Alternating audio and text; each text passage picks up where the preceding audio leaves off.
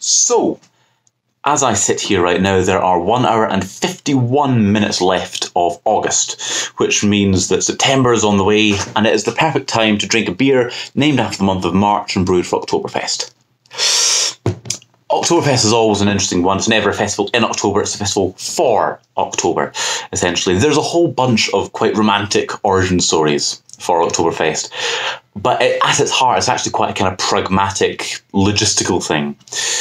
Back in the day, in the kind of 1600s and so on, you couldn't really brew beer in the warm months in Germany. Lager needs, by definition, cold fermentation. There weren't refrigerators back then, so they fermented cold by shoving them into a cave in the colder months, kind of from November around to about April. So as kind of time went on, I think legislation came in to kind of decree that. But it got to the point where around about kind of September, October time, they needed the space. So they needed to drink all the beer that was kind of left. The Märzen is a slightly stronger style of lager. Often thought to be stronger, so it would survive from March up to October, that kind of time period. So it would survive a wee bit better, being a bit stronger.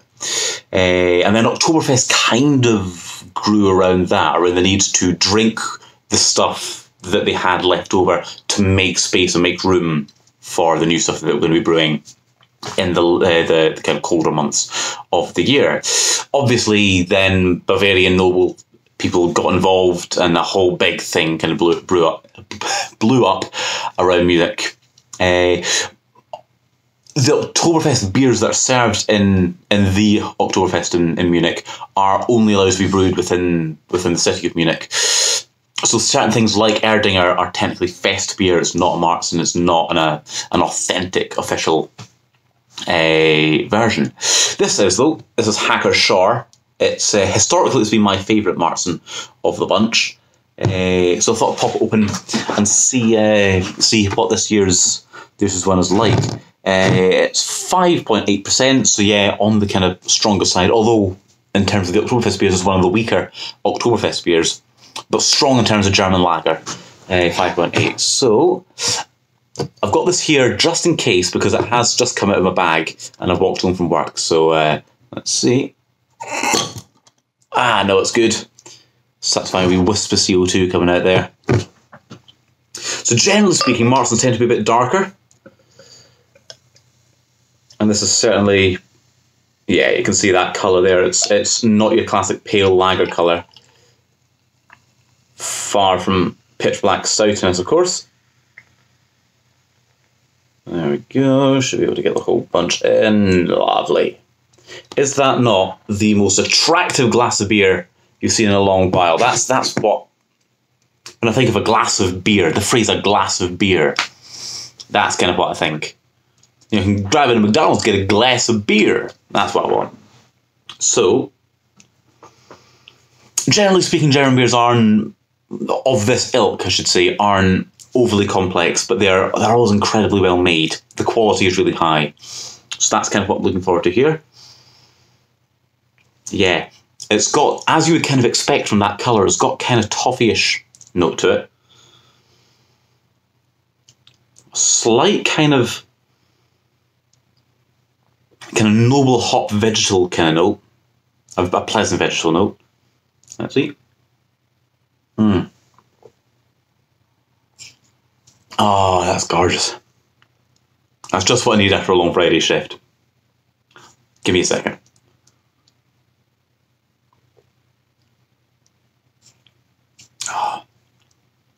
Yeah, there's a kind of toffee-ish note in there, but it's a reasonably savoury toffee. It's not sweet, it's not cloying, but there are sweet characters evoked within it.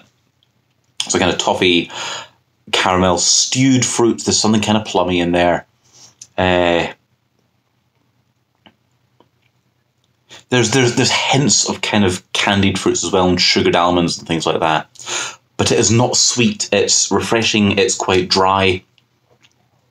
There's a little bitterness in the end as well.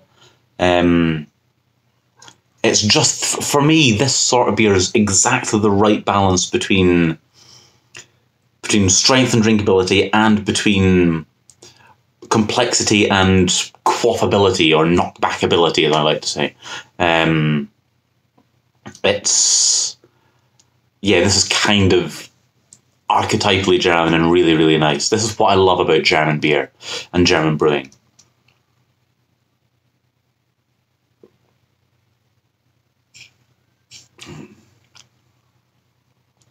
Yeah, there's a definite noble hop character in there, and it's just beautiful. It softens out on the end as well. I say it's dry and it's a wee bit bitter, but there's almost a kind of Helles-like softness right on the end as well. It's beautiful. It's not adventurous. It's not,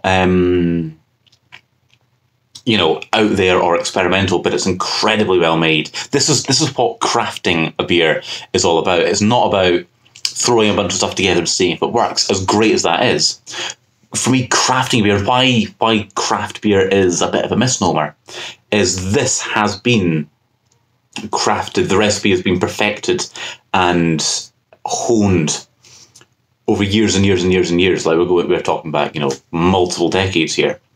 And what you get is something of incredibly high quality, and you know it's high quality because of how they do it. That's why I like German beer and German brewing. And that's why I'm going to sit back with this, a pizza and some James Bond, and enjoy my Friday. So cheers, and I'll catch you in the next video.